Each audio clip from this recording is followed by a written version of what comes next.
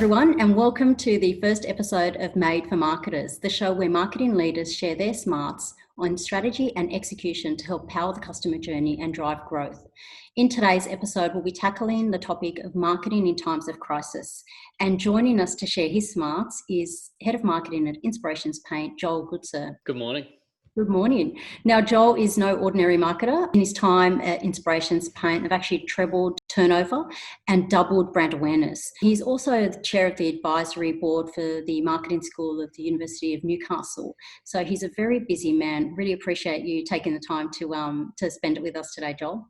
Happy to be here. You've been quite busy these last few months, and this topic of COVID and marketing in times of COVID has made quite a bit of noise. And the great Mark Ritson has spent a lot of time talking about it. And in fact, he, in his recent Australian article, for those who haven't seen it, he really kind of praises you guys and you particularly, Joel, for investing in brand at a time like this and really kind of taking charge of the message and how you want to position your market.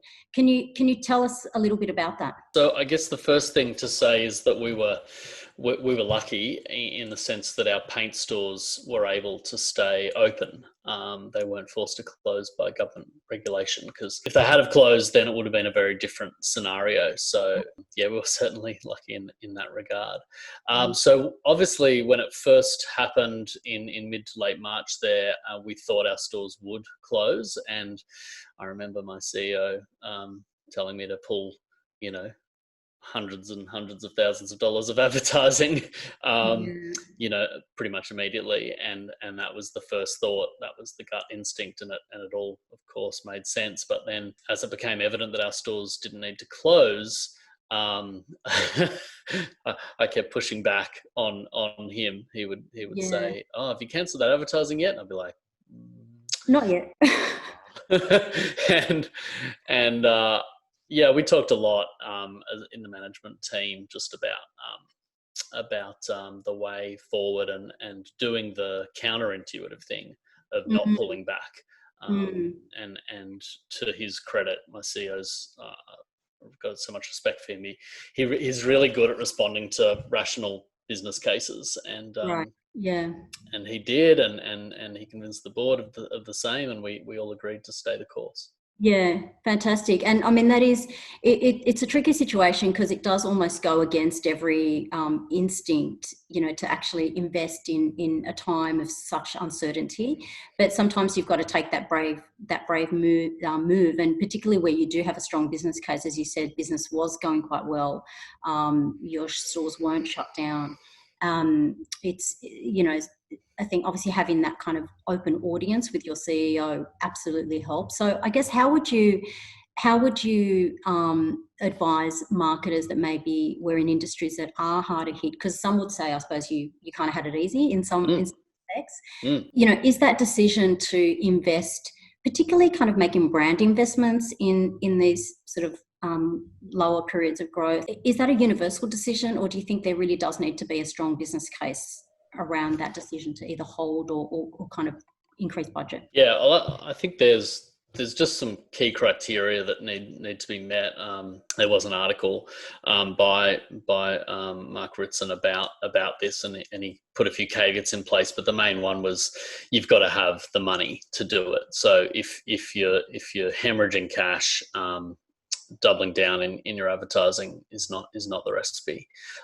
So you've got to meet that criteria that you have the dollars available in the cash flow.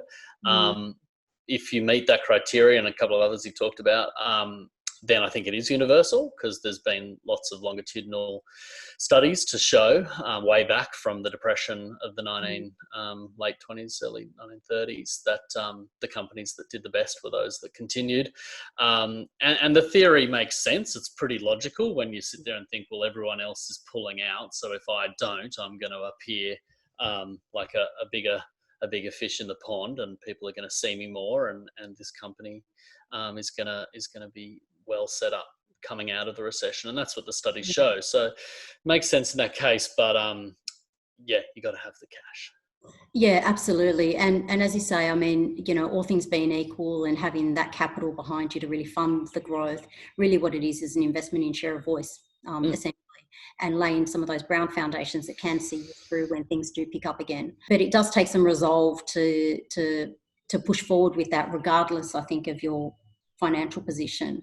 And I think for marketers at a strategic level, kind of having that gumption to, back themselves and back the strategies that they're putting forward, and know that it's not just about the spend, but actually where you're investing the spend. That's critical in these times. And you guys obviously had this kind of creative campaign which was created before COVID, and so it was almost a perfect storm in some ways. You had something, you had a great asset there, and you've been able to really kind of grow your your reach given the situation. Do you want to kind of tell people a little bit about that as well? Yeah, you're absolutely right. It's the exponential share of voice that you're trying to achieve in this period. So lots of advertisers pull out, potentially in your industry or even not in your industry. Mm. So media prices fall. So even just maintaining your spend gets you a lot more than it did before. Even reducing your spend slightly would still get you more than what you were getting before. So it's not to say that you always have to increase your spend. And initially we didn't. We just maintained our spend, but we were getting, crazy bonus spots on television and Yeah. digital as well, but more so on TV. Yeah. So that share of voice is definitely the goal. If you can invest more, then that's great. But I think you're right. It's the gumption that's required. So if you were losing money, Mm. but you still had the dollars to be able to advertise, that's where you need the gumption, because Yeah. it's that understanding that although my business is closed or we're losing dollars, I know that we'll come out of this stronger if we continue to have a strong presence through the period. So That's that's right. the really kind of ballsy bit, Yeah. which I didn't have to be that ballsy, because people were isolating at home and looking at their four walls and thinking they could do with a lick of paint, and that's amazing for us. But there was a lot of hurt and misery out there in business, and you're right, would have been a lot harder decision if things were going badly. Yeah.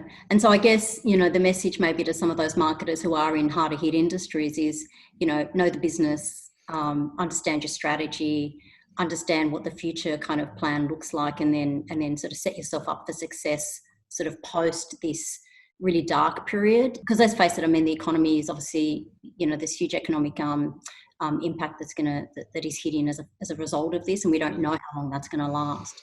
And so we need to be kind of smart in terms of the investments that are made. Yeah, and so apart from the share of voice, there's also the liking attributes that can be associated with companies that continue to communicate during a Mm. downturn, and that's this company's still active, even if it's not able to service at this time. Yeah. They're out there. They're keeping their message out there. They're caring for their customers. So that ties into it, as well as the share of voice. Moving on from kind of communications and share of voice, obviously that's a really big pillar in terms of what marketing teams look to do. But of course, we know that marketing is more than just the comms department. And so, if we think about the really strategic role of marketing that marketing can play, what I loved seeing was how quickly you guys responded operationally to social distancing and all those measures in place, and really shifted gears and created this click and collect service quite quickly. And for me, I mean, that sort of product development, that operational change, that's absolutely a role that marketing is there to play. Can you kind of tell us a little bit about that as well? Yeah, so a lot of the marketers listening would have had the same challenge, where within days you had to develop comms to say, we're still open, this is how we're operating, or we're not open and this is how we're operating or not operating. And those comms are really tricky. I found that with our team, where we were creating comms for scenarios that may or may not happen, and we had to create whole sets of comms, and we did, for whole sets of scenarios that did not happen, but we were ready. in case it did happen. So we had like 4 stages of comms. We also listened to because we're a franchise business, so we listened to our store owner franchisees, and I think it was our store in Griffith in southwest New South Wales. They just decided straight away that they were going to invent a new service. This is in March, like around the 20th of March, before the lockdown had even proper happened, and they were doing contactless drive-through service of customers.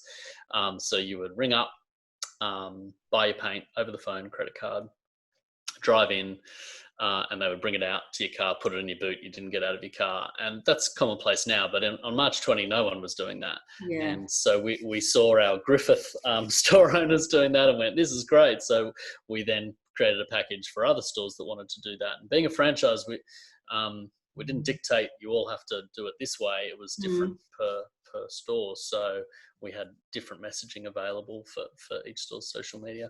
And then there was the in-store considerations, contactless payment, contactless service, all that kind of stuff, really tangible offline bricks and mortar stuff. And then there was all the online stuff as well. So we actually had our click and collect website launched on the 12th of December. So we were really lucky that was in place, but we didn't have click and deliver. So we had a couple of stores in northwest Tasmania that were forced to close due to the Burnie Hospital, district hospital breakout of COVID. And the government in Tasmania said you can only sell online. You can't take phone orders. It's only online, which is a weird quirk. Wow.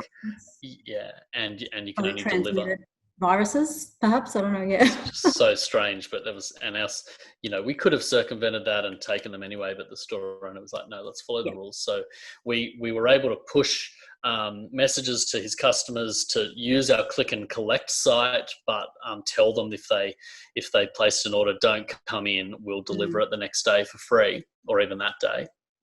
And then we did a 4-week sprint where we created actually a full click and deliver online solution in 4 weeks, which would normally take months. And that went live on the 7th of May. So, it didn't happen straight away, but so much faster. So everyone involved, our web development partners and internally and operations and the stores and the franchise advisory council, and everyone just had to absolutely motor and pivot and be agile and all those jargon words, but just go really hard, really fast. And we did it. And I'm so proud of everyone for pulling that together, and click and deliver sales are strong.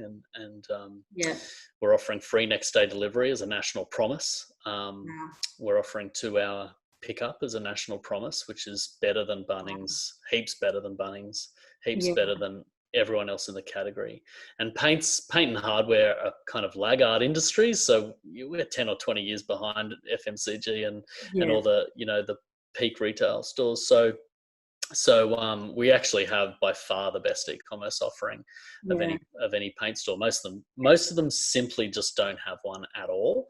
And the fact that we've got one that does 2-hour collect next day delivery is pretty cool. Pretty proud of that. And what I love about that is not just your ability to kind of rally the troops and deliver a service in market that was absolutely needed, kept the business kind of highly functional, but you've actually been able to develop some USPs off the back of it as well, which is great. So that's well done. That's kind of a little trifecta for you there. That's awesome. It's thank you. It's been so much work. So the whole team's been at home for 10 weeks or whatever, as many of your listeners will have been as well, and but working harder than ever.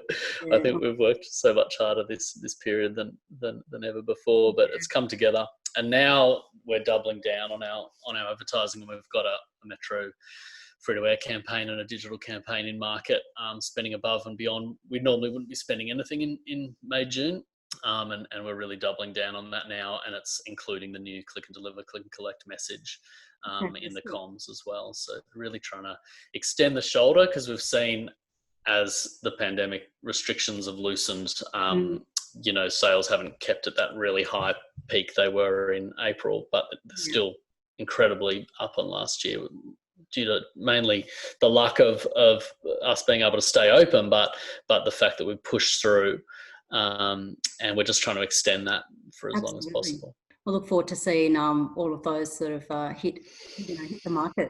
Well, thank you so much, Joel. That's been really great, kind of hearing your story and sharing your insights and some of the kind of inner workings, I suppose, in terms of how you got there. But before we let you go, we're going to move on with our kind of this segment we've got called Skip or Play. It's a bit of a fun piece where we kind of, really kind of playing on this element of content marketing, which is what we specialise a lot in. And we'll spend 30 seconds, we'll run through some random content types or content creators, and we'll ask you, Joel, whether you want to skip or play. Are you ready to go? Ready. MasterChef. Oh, play. Play. I saw your LinkedIn post on this. TikTok. Skip. Bear Grylls.